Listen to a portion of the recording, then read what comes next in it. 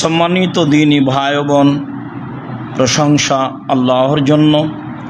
শান্তি অবতীর্ণ হোক আল্লাহর রাসূলের উপর সাল্লাল্লাহু আলাইহি ওয়াসাল্লাম। আমরা অবগত আছি, আমাদের এখন আলোচনা চলছে সলাত নিয়ে। সলাতের আলোচনার পূর্বে ছিল পবিত্রতা নিয়ে। সলাতের আলোচনায় আমরা বিগত জুমায় আজানের ফজিলত, আজানের উত্তর, আজান দিলে কি নেকি হবে আর আজানের উত্তর দিলে কি নেকি হবে, তাতে আমরা মোটামুটি সমানই কাছাকাছি পেয়েছি। এতটুক যে রাসূল সাল্লাল্লাহু আলাইহি সাল্লাম বলেছেন, মুয়াজ্জিনের আজান শুনে যত মানুষ সালাত আদায় করে সবাই মিলে যত নেকি পায়, মুয়াজ্জিন একাই তত নেকি পায়। যারা উত্তর দেয় তারা এখানে কিছুটা ঘাটতির মধ্যে রয়েছে। আর যেখানে আল্লাহর নবী বলেছেন যে বিচারের মাঠে মুয়াজ্জিন সবচেয়ে সম্মানী, এখানে কিছুটা রয়েছে। তবে যখন সাহাবী বললেন যে মুয়াজ্জিনরাই তো সব নেকি নিল, তা আমরা কি করব? তখন আল্লাহ রাসূল বললেন যে তাহলে মুয়াজ্জিন যা বলে তা বলো, ফাইজান তাহাইতা ফাসাল তুতা। মুয়াজ্জিন আজান শেষ করলে তোমারও বলা শেষ হলে তুমি যা চাও, যা চাইবে তাই দেওয়া হবে। এরপরেও কিছু ঘাটতি থেকে গেছে যা আমরা অবগত হয়েছি। আজকের জুমায় আমাদের আলোচনার বিষয় হচ্ছে আজানের ইতিহাস, আজানের শব্দ, আজানের পদ্ধতি। প্রারম্ভে আজান ছিল না, বলা হতো আসসালাত জামিয়া, মানে হলো সলাতের জন্য আসেন। এইভাবে পাড়ায় একজনের মাধ্যমে চিৎকার করে বলা হতো। লম্বা হাদিস আংশিক একটু। ফাতেমা বিনতে কায়েস বলেন, সামিতু মুনাদিয়া লিনাদিয়া সলাত জামিয়া, আমি মহিলা মানুষ শুনলাম একজন বলে গেল আসসালাতু জামিয়া, সলাত শুরু হতে যাচ্ছে। ফাখারাজতু ইলাল মসজিদে, আমি মসজিদে গেলাম। ফাসাল্লাইতু মা নবী সাল্লাল্লাহু আলাইহি সাল্লাম, রাসূলের সাথে সলাত আদায় করলাম। ফাল্লাম্মা কাজা সলাতাহু, যখন তিনি সলাত শেষ করলেন, জালাসা আলা মিম্বারিহি, তখন তিনি তার কাঠের মিম্বারের উপরে উঠে বসলেন। ইয়াজহাক, তখন তিনি হাসছিলেন। হাসি মুখে তিনি বললেন, হাল তাদরুনা লিমা জামাতুকুম, তোমরা বলতে পারো আমি তোমাদের কেন বসতে বললাম? সাহাবীগণ বললেন, আল্লাহ রাসূল আলাম, জি না, আমরা বলতে পারছি না কেন যে আপনি আমাদের বসতে বললেন। আল্লাহর নবী বললেন, মা জামাতুকুম লিরাকবাতিন ওয়াল রাহাবাতিন, আমি তোমাদেরকে জাহান্নামের ভয় দেখানোর জন্য, জান্নাতের প্রতি আগ্রহী করার জন্য বসতে বলিনি। তবে বসতে বলেছি এই জন্য, আন্না তামিম আদ-দারি কানা রাজুলান নাসরানিয়ান, তামিম দারি একজন খ্রিস্টান মানুষ ছিল।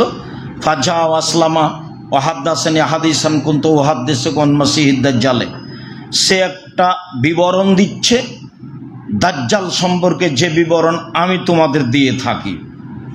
তামিম দারি বলছে, রাকেবনা ফি সাফিনাতিন বাহারিয়াতিন মাসালাসুনা রাজুলান লাকমা জোজাম, আমরা 30 জন মানুষ লাখম সম্প্রদায়ের এবং জোজাম সম্প্রদায়ের একটি বড় নৌকা স্টিমারে উঠেছিলাম। ফালালাই বলেন মৌজ ফিল বাহারি সাহারান, 1 মাস যাবৎ স্টিমার আমাদের নিয়ে খেলল ঢেউয়ে। ঝড় বৃষ্টিতে নৌকা কোন দিকে গেল তা বুঝতে পারলাম না। ফারফাইলা জাজিরাতিন হিনা তাগরিবুস শামস, 1 মাস পরে একদিন সন্ধ্যার সময় স্টিমার এক কেনারায় গিয়ে লাগলো। ফারাকেবনা ফি সাফিনাতিন, আমরা ছোট ছোট নৌকায় উঠে বসলাম। কেন? বড় নৌকা অনেক পানিতেই মাটিতে ঠেকে যায়।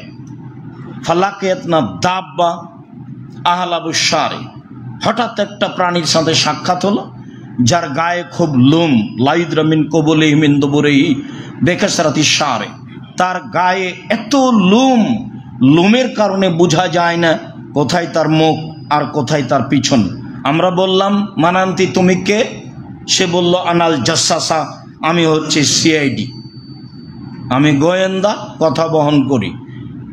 ইজাহাবু ইলা জাদ দাইরে ফিহি রাজুলুন ইয়াস্তাকি ইলা খাবারিকুম, তোমরা এই ঘরের দিকে যাও, সেখানে একটা লোক রয়েছে, সে তোমাদের দেখার জন্য ব্যস্ত হয়ে গেছে। ফাফারেক নান তাকো না শয়তানাতান, আমরা অবাক হয়ে গেলাম, ভয়ও পেলাম, ব্যাপারটা কি, এ কি শয়তান নাকি? আমরা অনেকজন থাকলে কি হবে? সাগর প্রান্তে এমন একটা প্রাণী, গায়ে খুব লোম, বোঝা যায় না কোথায় মুখ কোথায় পিছন, এ কথা বলল। দৌড়িয়ে সে ঘরের দিকে গেলাম। ফারাইনা ফিহা ইনসান আজিম, দেখি সেখানে বিশাল মানুষ, মারাই তো খালকান কাত্ত, এত বড় মানুষ আমরা জীবনে কোনোদিন দেখিনি। এশুদ্ধ বাইনা রিজলাই হে ও আনাকাই হে ও ইয়াদাই হে বিল আনাক, তার কাঁধ, তার হাত, হাত পা কাঁধের সাথে লোহার ঝিঁঝির দিয়ে বাঁধা আছে। এসুব্য বাইনা সামায়া লার্জে, লাফ দিয়ে আকাশে উঠে যাচ্ছে আবার মাটিতে পড়ে যাচ্ছে, লাফ দিয়ে আকাশে উঠে যাচ্ছে আবার মাটিতে পড়ে যাচ্ছে। অবাক হয়ে গেলাম, বললাম মানান্তা তুমি কে? সে বলল আন্তুম কাদারতুমুনি ফাকবিরুন মানান্তুম, আরে তোমরা জেনেই যাবা আমি কে, তোমরা বলো তোমরা কে। আমরা বললাম আমরা হচ্ছে আরবের মানুষ, আমরা একটা স্টিমারে উঠেছিলাম, লাখম জজম সম্প্রদায়ের 30 জন মানুষ, 1 মাস ঝড় বৃষ্টি, নৌকা আমাদের নিয়ে খেললো। কোথায় গেলাম বুঝতে পারলাম না। সন্ধ্যের সময় কেনারায় গিয়ে লাগলো, তো আমরা ছোট ছোট নৌকায় উঠলাম। একটা প্রাণীর সাথে দেখা হলো, গায়ে খুব লোম, লোমের কারণে বোঝা যায় না কোথায় রয়েছে মুখ আর কোথায় রয়েছে পিছন। আমরা বললাম তুমি কে? সে বলল আমি সিআইডি গোয়েন্দা। তারপরেও বলল এই ঘরে তোমরা যাও, সেখানে একটা লোক রয়েছে, সে তোমাদেরকে দেখার জন্য ব্যস্ত হয়ে পড়েছে, তাই আমরা আসলাম। আচ্ছা ঠিক আছে, এবার তোমরা বলো। ইরাকে বাইসান নামে একটা গ্রামে খেজুর গাছ ছিল। কথা লম্বা হয়ে যাবে, কথা আমি এমনিতেই বলে যাই, এবার না পড়লে আবার অনুবাদ করতে করতে লম্বা সময় চলে যাবে। তো বলো দেখি, সেখানে বাইসান নামক গ্রামে যে খেজুর গাছটা ছিল, খেজুর গাছে খেজুর হয় কি না? বলা হ্যাঁ বেশ খেজুর হয়তো। তো বললো এমন একদিন আসবে সেখানে আর খেজুর ধরবে না, খেজুর থাকবে না। ঠিক আছে বুঝলাম। তারপরে ওই যে জোগার নামে একটা পুকুর ছিল ইরাকে, বলো তো সেই পুকুরে পানি আছে কি না, এলাকার লোক পুকুর থেকে পানি উঠিয়ে জমি চাষ করে কি না? আমরা বললাম হ্যাঁ সে পুকুরে পানি আছে, এলাকার লোক পুকুর থেকে পানি উঠিয়ে জমি চাষ করে। তারপর সে বলল অচিরে একদিন পুকুরে পানি থাকবে না।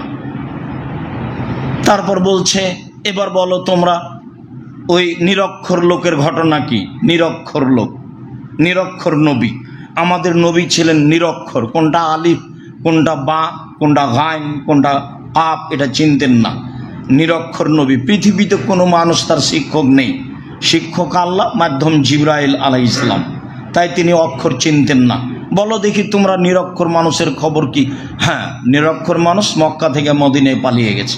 ও মক্কা থেকে মদিনায় পালিয়ে গেছে, বলো দেখি তার অবস্থা কি? বলে তার অবস্থা এখন বালতি। বালতি মানে? বালতি মানে হলো এই যে আগে ইঁদারা কুয়ার পাশে বালতি থাকতো, তো যার পানির প্রয়োজন সে বালতি নিত, পানি উঠিয়ে পান করে রেখে চলে যেত। তা আমার প্রয়োজন আমি আবার বালতি নিতাম, তাহলে বালতি একবার আপনার হাতে, বালতি একবার আমার হাতে। তার মানে হলো এই যে তার অবস্থা এখন বালতি, মানে তিনি বদরের যুদ্ধে জয়ী হয়েছেন, ওহুদের যুদ্ধে পরাজয় হয়েছেন, এই তোলার তার অবস্থা এখন বালতি, একবার জয় একবার পরাজয়। আচ্ছা ঠিক আছে, আমি বলি সারা দুনিয়ার মানুষের উচিত তাকে মেনে নেওয়া। আমি বলি আমি কে? বলছে আমি হচ্ছি দাজ্জাল। একদিন আমাকে এখান থেকে বের হতে বলা হবে, আমি বের হয়ে 40 দিন সারা পৃথিবী ঘুরব, 40 দিনে সারা পৃথিবী আমি ঘুরে নিব। তবে আমি মক্কা এবং মদিনায় প্রবেশ করতে পারবো না।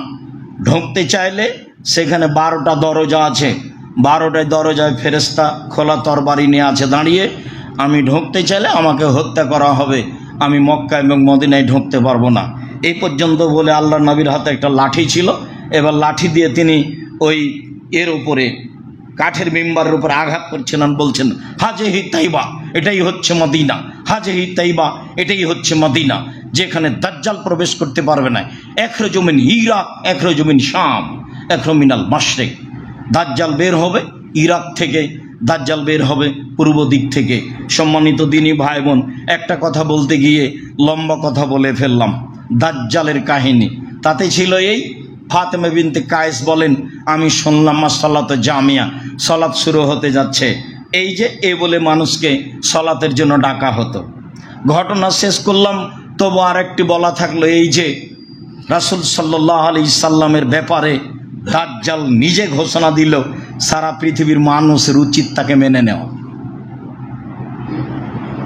তার আনুগত্যই করতে হবে। পানি পান করলে তার মতো করে করতে হবে, এটা দাজ্জালও বলে।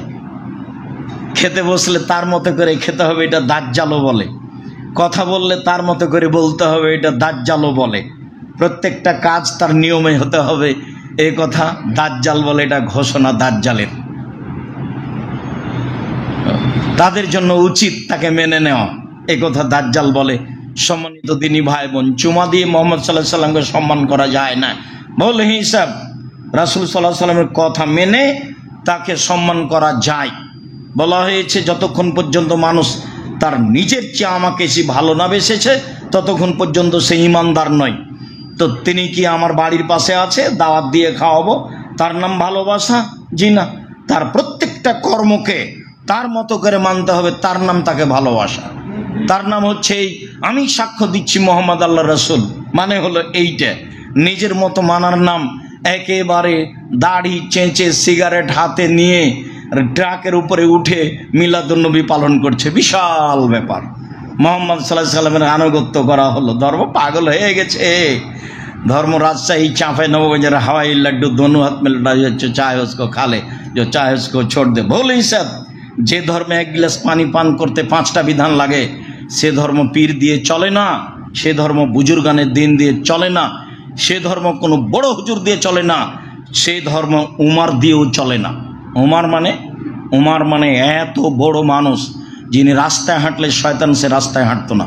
পৃথিবীর ইতিহাসে এরকম কোনো কথা কারো ব্যাপারে নেই। আল্লাহ নবী নিজে বলছেন, ওমর তোমার ঈমানের দাপট এত বেশি, যে রাস্তা দিয়ে তুমি হাঁটো সে রাস্তা দিয়ে শয়তান হাঁটে না।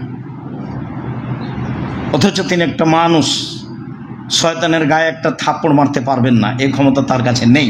কেননা শয়তান ভিন্ন পদার্থের, ওমর রাদিয়াল্লাহু তাআলা ভিন্ন পদার্থের। সম্মানিত দিনী ভাই বোন, কথার মধ্যে কথা, বুখারী মুসলিমের হাদিস। আল্লাহ রাসূল বলছেন, আমি স্বপ্নে জান্নাতে ঘুরছি, দেখি একটা ঘর, খুব সুন্দর টকটকে ঝকঝকে ঘর।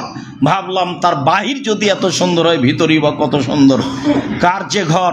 পাশে একটা মহিলা দেখি পানি নিয়ে আছে। আমি জিজ্ঞাসা করলাম, মহিলা বলতে পারো ঘরটা কার? মহিলা বলল, জি ঘরটা উমারের। যেমন বলেছে উমারের, তখন আমার ভেতরে একটু জেগে উঠে এটা কথা, এটা উমারের ঘর। তার আত্মমর্যাদাকে খেয়াল করে আমি ঘরের দিকে আগে গেলাম না, ভিতরে ঢুকলাম না। সকাল হলে উমারের সাথে দেখা, উমার জান্নাতে আমি তোমার ঘর দেখলাম, আমার মনটা চাচ্ছিল ঘর ভিতরে ঢুকে একটু ভিতরটা দেখি, কিন্তু তোমার আত্মমর্যাদাকে হিসাব করে আমি তোমার ঘরে ঢুকিনি। এত বড় মানুষের ঘরে ঢুকি কি করে? এ কথা মুহাম্মদ সাল্লাল্লাহু আলাইহি সাল্লাম বলেন, হাদিস বুখারী মুসলিম। তার নাম উমর। উমর রাদিয়াল্লাহু তাআলা আনহু যদি কোনো কথা বলেন, সেই কথা যদি রাসূলের না হয়, তাহলে সেটা বাতিল বলে গণ্য হবে। পীর সাহেব তো বহু দূরের কথা, বুজুর্গানের দিন তো বহু দূরের কথা। মানুষের ভালোবাসা দিয়ে ধর্ম চলে না। মানুষের ভালোবাসা মানে সম্মান দিয়ে কথা বলবেন, কথা শেষ। মানুষের ভালোবাসা মানে মানুষকে অপমান করবেন না, কথা শেষ। ভালোবাসা মানে মুহাম্মদ সাল্লাল্লাহু আলাইহি সাল্লামকে ভালোবাসতে হবে। মুহাম্মদ সাল্লাল্লাহু আলাইহি সাল্লামকে ভালোবাসা মানে কর্ম কথা কাজ তার নীতিতে হবে, তারই নাম তাকে ভালোবাসা। পৃথিবীর সকল দিনী ভাই বোনদের জন্য একই কথা। মুহাম্মদ সাল্লাল্লাহু আলাইহি সাল্লাম এসেছিলেন মানুষকে জীবিকা নির্বাহ করতে হবে তার পদ্ধতিতে। এই জন্য সম্মানিত দিনী ভাই বোন, বলছিলাম আজানের ইতিহাস যা পূর্বে ছিল। আনাস রাদিয়াল্লাহু তাআলা আনহু বলেন, যাকারুন নারা ওয়ান নাকুশা, আজান দিব বলে একটা বৈঠক সাহাবীগণের হলো।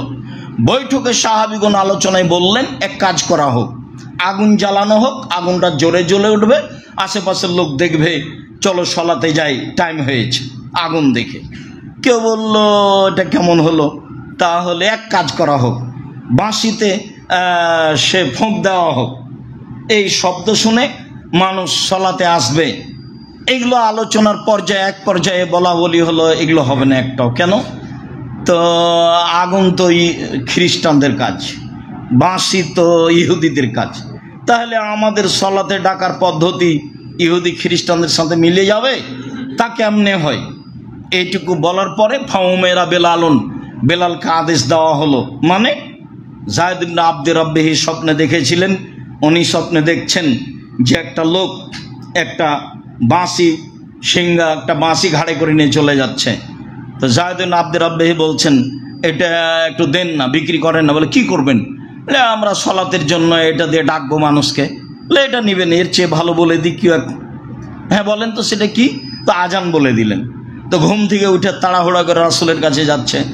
তো আল্লাহ রাসূল বেলালকে বলছেন বেলাল আজান দাও। তো উমর রাদিয়াল্লাহু তাআলা আনহু শুনে খুব দৌড়িয়ে আসছেন। আল্লাহ রাসূল কি ঘটনা? এভাবে আজান মানে? আমিও স্বপ্নে দেখেছি আজান। হ্যাঁ ঠিক আছে, তোমাদের স্বপ্ন সত্য, বেলাল আজান দাও। ফাউমেরা বেলালুন ইয়াশফাল আজানা। তা আল্লাহর নবী বেলালকে আদেশ করলেন ডবল ডবল দুইবার করে আজান দিবে। একামা মাররাতা ইউতেরেল একামা, একবার করে একামাত দিবে। হাদিস বুখারী মুসলিম। যদিও ভারত বাংলাদেশ পাকিস্তানের শতকরা 95টা মসজিদেই ডবল ডবল আজান, ডবল ডবল একামাত। অত্র বুখারী মুসলিমের হাদিসে প্রমাণ হয় যে ডবল আজান আর একবার করে একামাত। আব্দুল্লাহ ইবনে উমর রাদিয়াল্লাহু তাআলা আনহু বলেন কানা আযানু আলা আহাদি রাসূলিল্লাহি সাল্লাল্লাহু আলাইহি মাররাতাইনি, রাসূলের যুগে আজান ছিল দুবার করে, অল একামা মাররা, আর একামাত ছিল একবার করে। একাধিক হাদিস এ ব্যাপারে রয়েছে। আবু মাহাজুরা রাদিয়াল্লাহু তাআলা আনহু বলেন আন্না রাসূলুল্লাহ সাল্লাল্লাহু আলাইহি সাল্লামাহুল আযানা 19 কালিমা ওয়াল ইকামা 17 কালিমা। আল্লাহর নবী আবু মাহজুরাকে আজান শিখিয়ে দিয়েছিলেন, তা ছিল 19টি শব্দ, আর একামাত শিখিয়ে দিয়েছিলেন, তাতে ছিল 17টি শব্দ। আজান সমান 19টি শব্দ আর একামাত সমান 17টি শব্দ। হাদিস বুখারী মুসলিম। গড়ান সব বুখারী মুসলিমে চলছে যে আজান ডবল ডবল আর একামাত একবার। আবু মাহজুরা রাদিয়াল্লাহু তাআলা আনহু বলেন আলকা রাসূলুল্লাহ সাল্লাল্লাহু আলাইহি সাল্লাম আলা তাদিনা, একদা আল্লাহর নবী আমার সামনে আজান পেশ করলেন। এর সাথে কথা আরো পরে আসছে। একদা আল্লাহর নবী আজান আমার সামনে পেশ করলেন, তিনি নিজেই পেশ করলেন। তিনি বললেন আবু মাহজুরা কুল, বলো আল্লাহু আকবার, আল্লাহ সবচেয়ে বড়, আল্লাহু আকবার, আল্লাহ সবচেয়ে বড়, আল্লাহু আকবার, আল্লাহ সবচেয়ে বড়, আল্লাহু আকবার, আল্লাহ সবচেয়ে বড়। আশহাদু আল্লা ইলাহা ইল্লাল্লাহ, আমি সাক্ষ্য দিচ্ছি আল্লাহ ছাড়া কোনো মাবুদ নেই। আশহাদু আল্লা ইলাহা ইল্লাল্লাহ, আমি সাক্ষ্য দিচ্ছি আল্লাহ ছাড়া কোনো মাবুদ নাই। ও আশহাদু আন্না মুহাম্মাদুর রাসূলুল্লাহ, আমি সাক্ষ্য দিচ্ছি মুহাম্মদ আল্লাহর রাসূল। ও আশহাদু আন্না মুহাম্মাদুর রাসূলুল্লাহ, আমি সাক্ষ্য দিচ্ছি মুহাম্মদ আল্লাহর রাসূল। সুম্মা তাউদু ও তাকুলো, এগুলো পুনরায় বলো। পরে আবার বিস্তারিত আসছে, এগুলো পুনরায় বলো। সুম্মা কুল, তারপরে তুমি বলো হাই আলাস সালাহ, সলাতের জন্য আসো। হাই আলাস সালাহ, সলাতের জন্য আসো। হাই আলাল ফালাহ, কল্যাণের জন্য আসো। হাই আলাল ফালাহ, সফলতার জন্য আসো। তারপরে তুমি বলো আল্লাহু আকবার, আল্লাহু আকবার, আল্লাহ সবচেয়ে বড়, আল্লাহ সবচেয়ে বড়। লা ইলাহা ইল্লাল্লাহ, আল্লাহ ছাড়া কোনো মাবুদ নাই। বুখারী মুসলিম। আজানের শব্দগুলি দেখছিলাম। আবু মাহজুরা রাদিয়াল্লাহু তাআলা আনহু বলেন যে আমি নিজে বললাম কুলতু ইয়া রাসূলুল্লাহ আল্লিমনি সুন্নাতাল আজান, আল্লাহ নবী আমাকে আজানের সুন্নাত একটু বলে দেন তো, কিভাবে আজান দিতে হবে। অফি রিওয়ায়াতিন, অন্য এক বর্ণনায় এসেছে আজাবাহু সাউতুহু, আবু মাহাজুরার কণ্ঠটা আল্লাহ রসুলকে অবাক করেছিল। ছেলে মানুষ রাস্তায় আরো 5 জনের সাথে খেলাচ্ছে, তো এই আজানের শব্দগুলিও এমনিতেই নকল করছে ছেলেরা যেভাবে খেলায় সে নিয়ে। তো তার কণ্ঠটা আল্লাহ রসুলকে খুব ভালো লেগেছে, তো আল্লাহ রসুল তাকে ধরে আজান শিখিয়ে দিয়েছিলেন। এখানে আবু মাহাজুরা বলছে আল্লামনি সুন্নাত আল আজান, আল্লাহ রসুল আমাকে আজানের পদ্ধতি শিখিয়ে দেন। যেমন বললেন আমাকে আজানের পদ্ধতি শিখিয়ে দেন, তখন আল্লাহ রসুল বলছেন তাকুলো, তুমি বলো আল্লাহ আকবার আল্লাহ আকবার আল্লাহ আকবার আল্লাহ আকবার, তারফাও বেহা সাওতাকা, কণ্ঠ উঁচু করে বলো। যত জোরে কণ্ঠ দেওয়া যায় তুমি তত জোরে এই আল্লাহ আকবার বাক্যগুলি বলো। এরপরে তিনি বললেন যে অতাকুলো, তুমি বলো আশহাদু আল্লা ইলাহা ইল্লাল্লাহ আশহাদু আল্লা ইলাহা ইল্লাল্লাহ আশহাদু আন্না মুহাম্মাদুর রাসূলুল্লাহ আশহাদু আন্না মুহাম্মাদুর রাসূলুল্লাহ, তাকফেজো বেহা সাওতাকা, কণ্ঠ নিচু করে ধীরে বলো। সুম্মা তারফাও বেহা সাওতাক আও বিশাহাদাত, এবার খুব জোরে বলো শাহাদাত। তাহলে এই পদ্ধতি অনেক জায়গা থেকে ছুটে গেছে, কোনো কোনো জায়গায় বলা হয়। আবার একটু খেয়াল করেন, আল্লাহ আকবার আল্লাহ আকবার আল্লাহ আকবার আল্লাহ আকবার, এটা হলো তার গতি অনুযায়ী জোরে, তার শারীরিক তার কণ্ঠ গতি অনুযায়ী যেভাবে সম্ভব জোরে।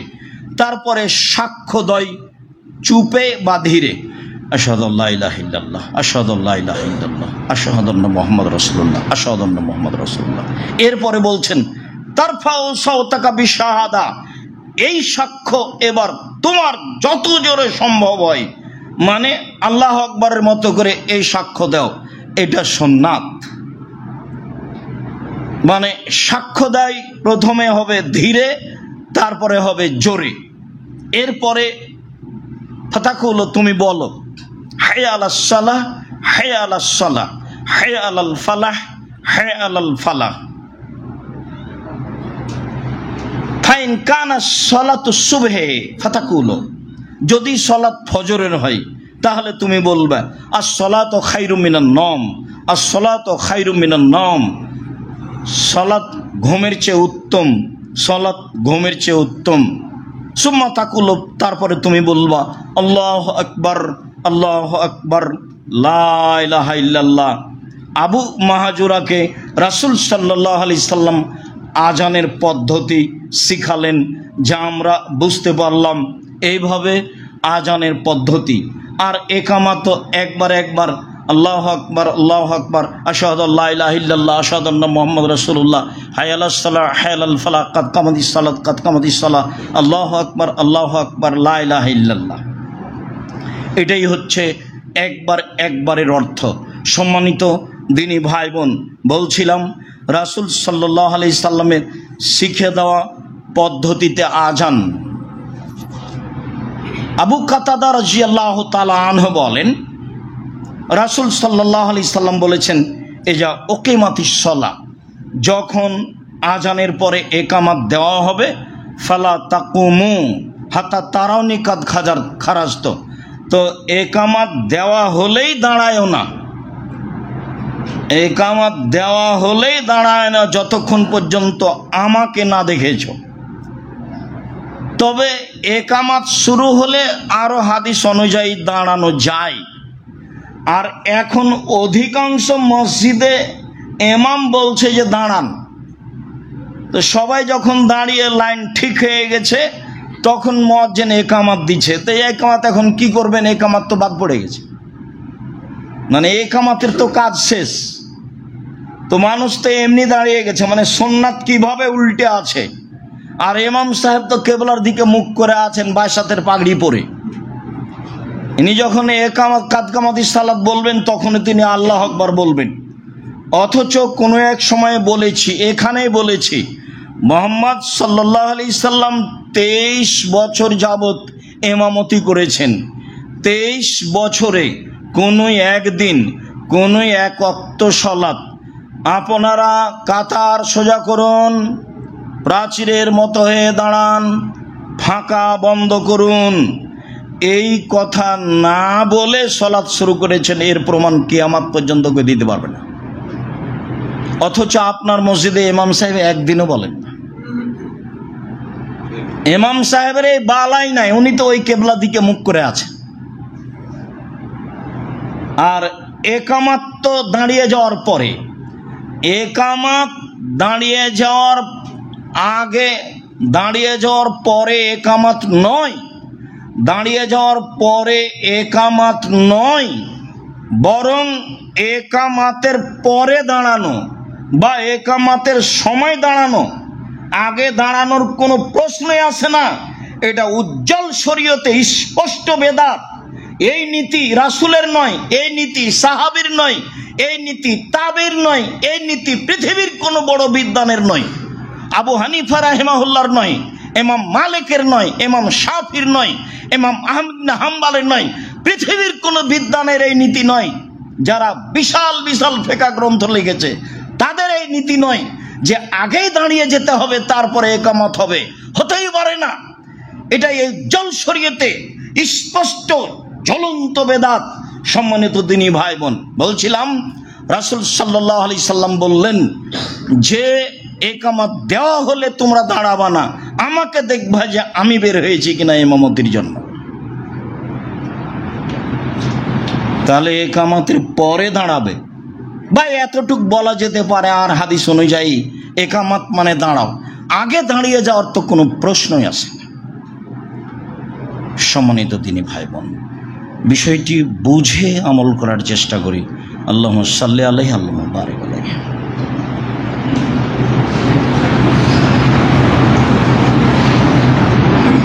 আলহামদুলিল্লাহি ওয়াহদা ওয়াসসালাতু ওয়াসসালামু আলা মান লা নাবিয়্যা বা'দা। আবু হুরায়রা রাদিয়াল্লাহু তাআলা আনহু বলেন, রাসূল সাল্লাল্লাহু আলাইহি সাল্লাম বলেছেন, এ যা ওকিমাতিস সালাত ফালা সালাতা ইল্লাল মাকতুবা। একামত দেওয়া হলে কোনো সালাত চলবে না ওই সালাত ছাড়া যেই সালাতের একামত দেওয়া হয়েছে। এদেশের শতকরা ৯৫টা মসজিদে জামাত চলছে, তখনও মানুষ সুন্নাত পড়ছে ফজরের। আর আল্লাহর নবী বলছেন, বুখারী মুসলিমের হাদিস, ফরজ সালাতের একামত দেওয়া হলে কোনো সালাত চলবে না। একামত শুরু হয়েছে মানে সালাতের যে অবস্থাতে আছেন সে অবস্থায় ছেড়ে দিবেন, এটাই সুন্নাত। এতে নেকি আছে। মাত্র ১ রাকাত বাকি আছে, ৩ রাকাত হয়ে গেছে সুন্নাতের, আপনি ৪ রাকাত পড়বে, একামত শুরু হয়ে গেছে, এই অবস্থাতেই ছেড়ে দিতে হবে। কেন? রাসূল সাল্লাল্লাহু আলাইহি সাল্লাম বলেছেন, যখন ফরজ সালাতের জন্য একামত দেওয়া হচ্ছে তখন আর কোনো সালাত নেই। হ্যাঁ, আপনি এই ফরজ সালাত আদায় করে নিয়েছেন আর করবেন না, সেটা ভিন্ন কথা। কিন্তু যেই সালাতের একামত দেওয়া হচ্ছে এই সালাত আপনিও পড়বেন, আপনার ইচ্ছা মতো সুন্নাত পড়ার পরে আসবেন সালাতে, এইটা একটা আপনার ইচ্ছার ব্যাপার, যেটা রাসূল সাল্লাল্লাহু আলাইহি সাল্লামের ব্যাপার নয়। সম্মানিত দিনী ভাই বোন, আবু হুরায়রা রাদিয়াল্লাহু তাআলা আনহু বলেন, মালিক ইবনে হুয়াইরিস রাদিয়াল্লাহু তাআলা আনহু বলেন, আতাতুন নবী সাল্লাল্লাহু আলাইহি সাল্লাম ও ইবনু আমিন লি। একদা আমি আর আমার চাচার ছেলে দুইজন মিলে রাসূলের কাছে আসলাম। তো আল্লাহ রাসূল আমাদের দুইজনকে বলছেন, শোনো, এই যা সাফার তুমা, যখন তোমরা সফরে থাকবা, ফা আযনা ও আকিমা, তখন তোমরা আজান দিবা, তখন তোমরা একামত দিবা। আলি ইয়াউমুকুমা আকবারুকুমা, আর ইমামতি করবে দুইজনের বড় যে সে। অন্য হাদিসে এসেছে কোরআন যে ভালো জানে সে। অত্র হাদিসে এসেছে তোমাদের দুইজনের মাঝে বড় যে সে ইমামতি করবে। একই জনই আজান দিয়েছে, সেই যদি আবার বয়সে বড় হয়, কোরআনও ভালো পড়তে পারে, সেই ইমামতি করবে। যে আজান দিয়েছে সেই ইমামতি করবে। তবে যেখানেই থাক না কেন, আজান দিবা, একামত দিবা, সালাত আদায় করবা। আজান দিবা, একামত দিবা, সালাত আদায় করবা। মালিক ইবনে হুয়াইরিস রাদিয়াল্লাহু তাআলা আনহু বলেন, একদা আল্লাহর নবী আমাদেরকে বললেন, পৃথিবীর মানুষ শোনো, সাল্লু কামা রাআইতুমুনি উসাল্লি, তোমরা সালাত আদায় করো যেভাবে আমাকে সালাত আদায় করতে দেখছো। তোমরা সালাত আদায় করো যেভাবে আমাকে সালাত আদায় করতে দেখছো। এইখানে নারী পুরুষের একই সালাত হতে হবে, একই রকমই। তার মানে মহিলাদেরকে নিতম্ব মাটির সাথে লাগিয়ে সিজদা দিতে হবে, এই সিদ্ধান্ত ভুল। বহুদিন বলেছি, বক্তব্যের মাঠেও বলা আছে, মহিলা বৈঠকে মহিলা মানুষ বক্তব্য বলেছে, বুবু যখন সিজদায় যাবা বুবু, হাতি যেমন মাটিতে পড়ে যায় তেমনি একবার মাটিতে পড়ে গিয়ে আঁটো সাঁটো হয়ে নিতম্ব নিচু করে সিজদা দিও বুবু, নইলে স্তন ঝুলন্ত থাকবে বুবু, পর্দার ব্যাঘাত ঘটবে। বুবুর সব কথাই নাকি বুখারীতে আছে। অবাক কথা। বুবু নামাজে যখন দাঁড়াবা বুবু, তখন দুই পায়ের গোড়ালি জমা করে রাখিও বুবু। যদি জমা করে না রাখো তাহলে লজ্জা স্থানের যোগাযোগ বুবু মাটির সাথে হবে, মাটি অভিশাপ করবে। বুবুর সব কথাই নাকি বুখারীতে আছে। বুবু শাড়ি পরে সালাত আদায় করলে ল্যাঙ্গট পরিও, নইলে লজ্জা স্থানের যোগাযোগ বুবু মাটির সাথে হবে, মাটি অভিশাপ করবে। এই মহিলা বৈঠকের প্রায় কথাই মিথ্যে, তার মধ্যে এগুলো বড় বড় প্রায় অংশই মিথ্যে, সব বানাওয়ার ধর্ম। আল্লাহ রাসূল বলছেন, সাল্লু কামা রাআইতুমুনি উসাল্লি, পৃথিবীর মানুষ আমি যেভাবে সালাত আদায় করতে আমাকে দেখছো সেভাবে করো। পৃথিবীর মানুষ বলতে কি মহিলা বাদ দিয়ে মানুষ নাকি? মহিলা কি মানুষের বাইরে নাকি? কোন দিন আয়েশা রাদিয়াল্লাহু তাআলা আনহা এভাবে সালাত আদায় করেননি যে নিতম্ব নিচু করে একবারে মাটিতে পড়ে গিয়ে আঁটো সাঁটো হয়ে সিজদা করতে হবে, এই সালাত হবে না, এই কথাই ঠিক। পৃথিবীর মানুষ আমাকে যেভাবে সালাত আদায় করতে দেখছো সেভাবে তোমরা সালাত আদায় করো। ফাইজা হাজারাতি সালাত ফাল ইউযাজ্জিনু আহাদুকুম লাকুম, সালাতের টাইম হয়ে গেলে তোমাদের একজন আজান দিবে। ওয়াল ইয়াউমুকুম আকবারুকুম, আর তোমাদের মধ্যে যে বড়, যে কোরআন হাদিস ভালো পড়তে পারে সেই ইমামতি করবে। এই কথা মুহাম্মদ সাল্লাল্লাহু আলাইহি সাল্লাম বলেন। আনাস রাদিয়াল্লাহু তাআলা আনহু বলেন, রাসূল সাল্লাল্লাহু আলাইহি সাল্লাম বলেছেন, ইন্না আযালা বেলালিন, ইন্না বেলালান ইউযাজ্জিনু বিলাইলিন, নিশ্চয় বেলাল রাতে আজান দেয়। কুলু ওয়াশরাবু, তখন তোমরা খাও, তোমরা পান করো। হাত্তা ইউযাজ্জিনা ইবনু উম্মে মাকতুম, যতক্ষণ পর্যন্ত আব্দুল্লাহ ইবনে উম্মে মাকতুম আজান না দিচ্ছে। ওয়াকানা ইবনু মাকতুম কানা রাজুলান আমা, আর আব্দুল্লাহ ইবনে উম্মে মাকতুম ছিলেন অন্ধ মানুষ। ফালা ইউনাদি, ও আজান দিতে পারতো না। ফায়ুকাল্লাহ, তাকে বলা হতো আসবাহাতা আসবাহাতা, সকাল হয়ে গেছে সকাল হয়ে গেছে, তুমি আজান দাও।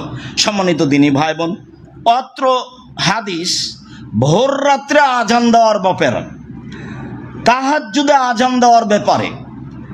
আমরা রমজান মাসে যে আজান দেখি, এই আজান রমজানের সাথেই খাস এ কথা নয়। এই আজান তাহাজ্জুদের সাথেই খাস এ কথা নয়। এই আজান তাহাজ্জুদ ও সাহারির দুটার সমন্বয়। এই আজান তাহাজ্জুদ ও সাহারি দুটার সমন্বয়। কোন কোন জায়গায় চিরদিনই ভোর রাত্রে আজান হয়, মসজিদে নববীতে এবং মসজিদে হারামে 12 মাস ভোর রাত্রে আজান হয়। তাহাজ্জুদের আজান এবং ফজরের আজান, তাহাজ্জুদের আজান এবং ফজরের আজান। এখানে আল্লাহ নবী বলছেন যে বেলাল রাতে আজান দেয়, তোমরা খাও পান করো, যতক্ষণ পর্যন্ত আব্দুল্লাহ ইবনে উম্মে মাকতুম আজান না দিচ্ছে। জাবির ইবনে সামুরা বলেন, সামুরা ইবনে জুনদুব রাদিয়াল্লাহু তাআলা আনহু বলেন, লা ইয়ামনান্নাকুম মিন শুহুরিকুম আজানু বেলালিন, বেলালের আজান যেন তোমাদের সাহারি বন্ধ না করে, বেলালের আজান যেন তোমাদের সাহারি বন্ধ না করে। এই কথাটার উপর একটা কথা রমজান মাসে বলেছি, মনে আছে? ও যে বলছে যে এখন সাহারি করবেন না, এখন সাহারি বন্ধ। ওকে আদেশ কে দিল যে আপনি এখন বলেন যে এখন সাহারি করা নিষেধ, সাহারি খাওয়া নিষেধ? আল্লাহ রাসূল বলছেন যে খানা উপস্থিত, আজান হচ্ছে, তুমি খাও। আর ও বলছে যে এখন আজানে সাহারির টাইম পার হয়ে গেছে, আপনারা সাহারি খাবেন না। মাইকে ওকে কে বলতে বলল? এই ভাষা ওকে কে বলতে বলল? সাহারির জন্য আজান ছাড়া কোনো কথা, কোরআন তেলাওয়াত, হাম, নাত, গাজাল, কথা বলা, আপনার সাইরিন বাজানো, চিল্লা চিল্লি সব হারাম, এক টানা সব হারাম আজান ব্যতীত। উল্লেখ্য যে আজান সাহারির সাথে খাস নয়, আজান তাহাজ্জুদের সাথে খাস নয়, দুটার সমন্বয়ে আজান। সম্মানিত দিনী ভাই বোন, আজান। আবু হুরায়রা রাদিয়াল্লাহু তাআলা আনহু বলেন, ইন্নান নবী সাল্লাল্লাহু আলাইহি সাল্লাম হিনা কাফালা মিন গাজওয়াতে খাইবারা, যখন আল্লাহ রাসূল খাইবারের যুদ্ধ শেষ করে ফিরে আসছেন,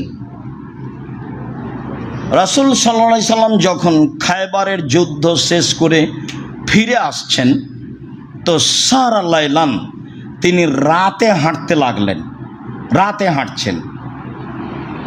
ফাআদরাকাল কারা, তখন আল্লাহ রাসূলকে নিদ্রা পেয়ে গেল, খুব ক্লান্ত, ঘুম আসছে এরকম ভাব হাঁটতে হাঁটতে। ফাআররাসা, তখন তিনি রাতে শুয়ে পড়লেন, রাতের শেষ দিকে শুয়ে গেলেন। ওয়াকাল আলে বেলালিন, বেলালকে বললেন, বেলাল ইকলালানা আল-লাইলা, তুমি আমাদের পাহারা দাও। শত্রুর জন্য মুহাম্মদ সাল্লাল্লাহু আলাইহি সাল্লামকে পাহারাদার ঠিক করতে হয়েছে। আপনি যদি বলেন না আল্লাহর রাস্তায় আছি, এই কথা ভুল। না, আল্লাহ রাসূলের আল্লাহর রাস্তায় চলে না।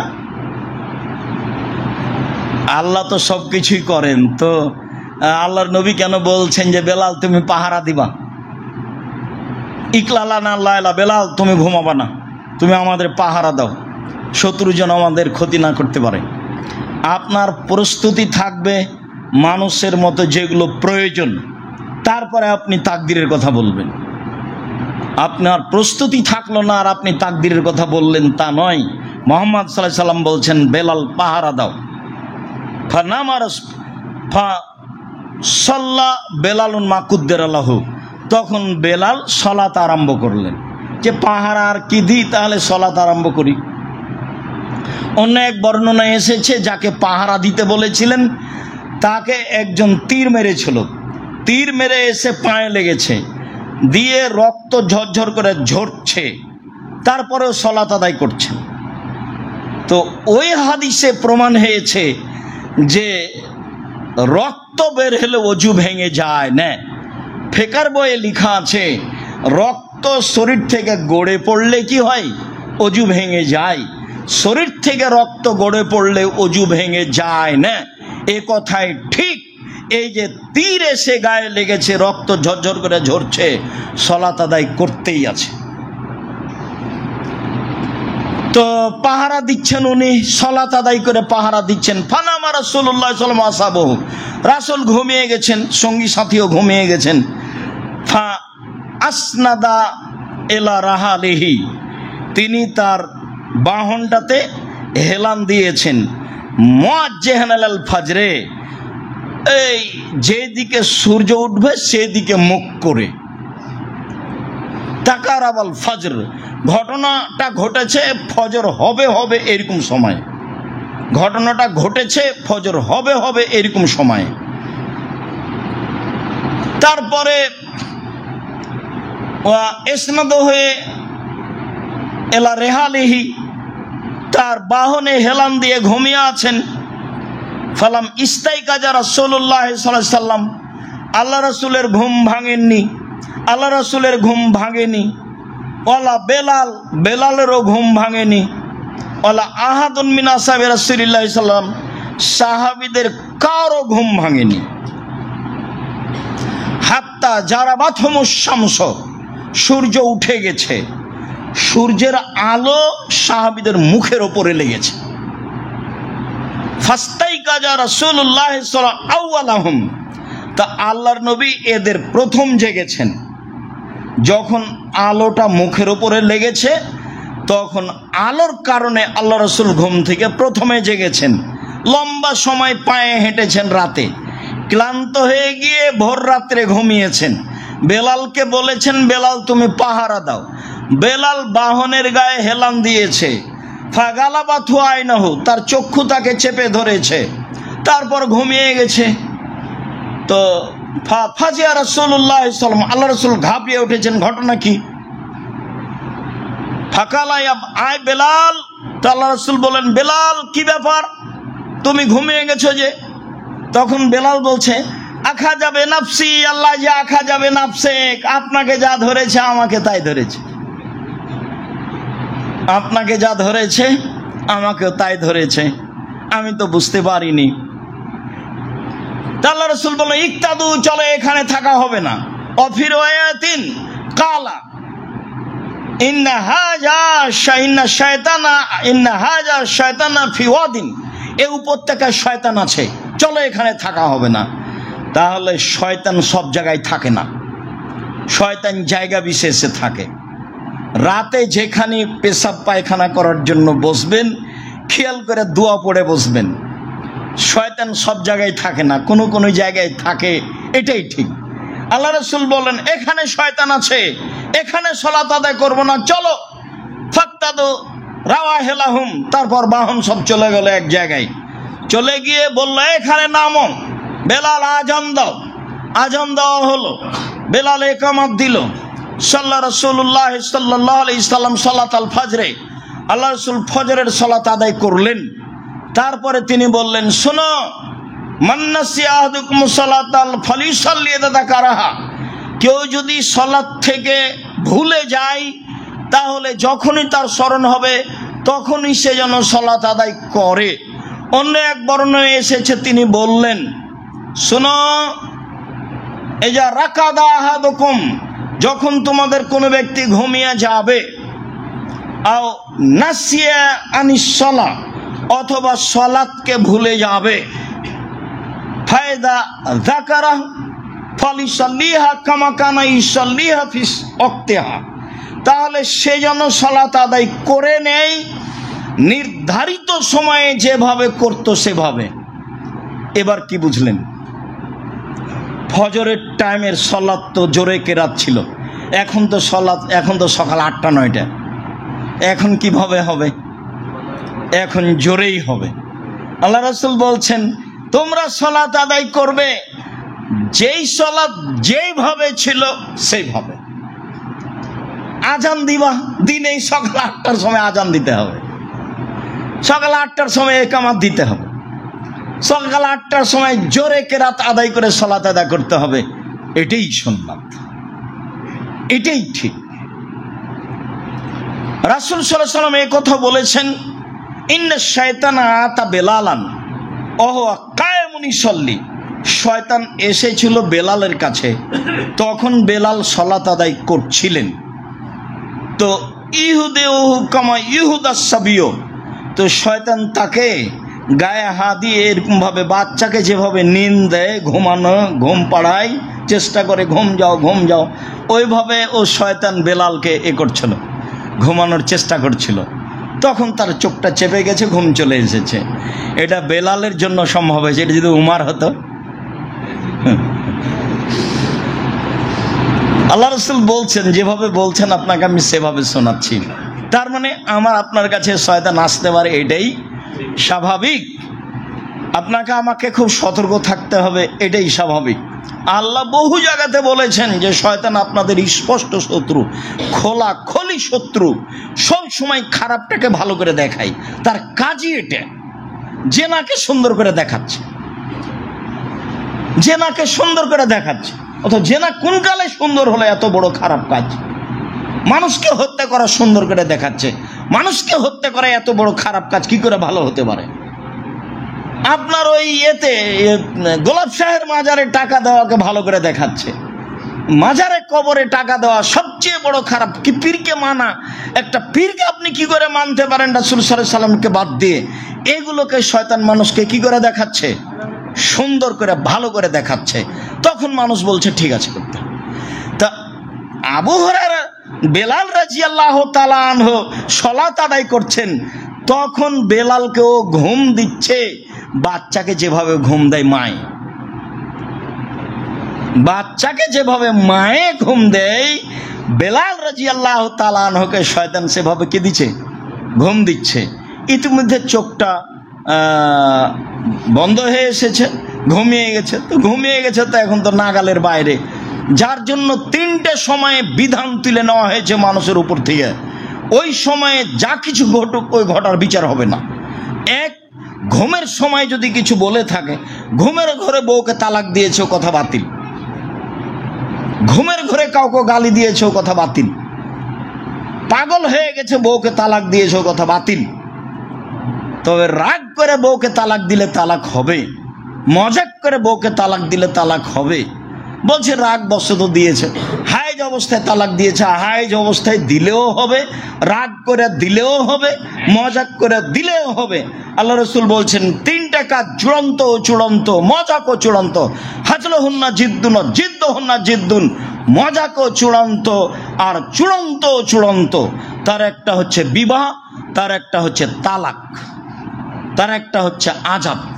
মজাক করে তালাক দিল তালাক হবে, তৎ করে রাগ করে তালাক দিল তালাক হবে। যখন তাকে তালাক দিতে বাধ্য করা হয়েছে, মোকরা মানে ওর ভাই বা ওই গ্রামের লোকেরা বলছে যে তুই তালাক দিয়ে দে, না তোকে পিটাবো। তো এরকম যদি পরিস্থিতিতেও তালাক দিয়ে দেয় তাহলে এই তালাক বাতিল হবে। পাগল অবস্থায় যদি তালাক দেয় তাহলে তালাক বাতিল হবে। ঘুমন্ত অবস্থায় যদি তালাক দেয় তাহলে তালাক বাতিল হবে। যেই ছেলে এখনো বুদ্ধি হয়নি, বিবেকহীন, তার ওপরে কোনো শরীয়ত প্রযোজ্য হবে না বুদ্ধি না হওয়া পর্যন্ত। 3টে বিষয় আল্লাহ তাআলা তার উপর থেকে বিধান উঠিয়ে নেওয়া হয়েছে। তো যেহেতু এখন তিনি ঘুমিয়ে গেছেন, কাজেই তারা সালাত কাজা করলেন, এই অপরাধে তারা অপরাধী হবেন না। আর সেদিন রাসূল সাল্লাল্লাহু আলাইহি ওয়াসাল্লাম নিজেও ছিলেন। তাহলে রাসূল সাল্লাল্লাহু আলাইহি ওয়াসাল্লাম মানুষ, বোঝা যাচ্ছে যে রাসূল সাল্লাল্লাহু আলাইহি ওয়াসাল্লাম কি মানুষ, যার এরকম ঘটনা ঘটতেই পারে। ফেরেশতা হলে, নূরের হলে এগুলো ঘটনা ঘটতো না। তো জিবরাইলের তো ঘটবে না কোনোদিনই। তো জিবরাইলের নূরের, মুহাম্মদ সাল্লাল্লাহু আলাইহি ওয়াসাল্লামের নূরের তো এই ঘটনা ঘটলো যে, হাদিস তো বুখারী মুসলিম, আপনি বিবেচনা করবেন কি? মানে মুহাম্মদ সাল্লাল্লাহু আলাইহি ওয়াসাল্লাম মানুষ, এরকম ঘটনা ঘটতেই পারে। তিনি খেতেন, তিনি চলতেন, তার স্ত্রী ছিল, তার পরিবার ছিল, পরিবারের সাথে অনেক সময় সন্তুষ্ট হতেন, অসন্তুষ্ট হতেন, অনেক সময় বউকে কিছু বলতেন, সেটাও স্পষ্ট কোরআন হাদিসে সব উল্লেখ হয়ে গেছে। সম্মানিত দিনী ভাই বোন, আমি বলছিলাম যে আজানের শব্দগুলি, আজানের পদ্ধতি এক সময়ে ছিল এই, এক সময়ে সিদ্ধান্ত হয় এই, তারপরে এক সময়ে সিদ্ধান্ত আসে যে আজান আপনারা দেখছেন। এটা হলো আজানের ইতিহাস। আর 2, আজানের শব্দ হলো আপনার 19টি, আর একামাতের শব্দ হলো 17টি। আজান দিতে হবে ডবল ডবল করে, আর একামাত দিতে হবে একবার একবার করে। যে কোনো জায়গায় থাকবেন, সফরে থাকেন, বাড়িতে থাকেন, আজান দিবেন, একামাত দিবেন, সালাত আদায় করবেন। জরুরি কথা যে আগেই মুসল্লিরা দাঁড়িয়ে যাবে তারপরে একামাত, এটা মিথ্যা, এটা একটা বিদআত উজ্জ্বল শরীয়তে। আগেই মুসল্লিরা দাঁড়িয়ে যাবে তারপরে একামত হবে, এটা কথা মিথ্যা, সত্য নয়, এটা উজ্জ্বল শরীয়তের বিদআত। সাথে সাথে ইমাম সাহেব মুসল্লির মুখামুখি হয়ে কাতার সোজা করুন, প্রাচীরের মতো হয়ে দাঁড়ান, ফাঁকা বন্ধ করুন, পায়ের সাথে পা মিলিয়ে দাঁড়ান। ফাঁকা বন্ধ করে যে তার জন্য জান্নাতে ঘর বানানো হবে। ওই যে আমি দেখছি তোমাদের ফাঁকা দিয়ে ছাগলের বাচ্চার মতো শয়তান প্রবেশ করছে। অনেক হাদিস উপদেশ বইয়ে পড়ে দেখেন, উপদেশ বইটা পড়লে আপনি বুঝতে পারবেন। দেওয়া আছে সারিবদ্ধ হয়ে দাঁড়ার আলোচনা দেওয়া আছে। আপনি না পড়লে আমি আর কি করতে পারি? আমি না মুখে বললাম, কিন্তু আপনাকে কিছু নিজেও দেখতে হবে।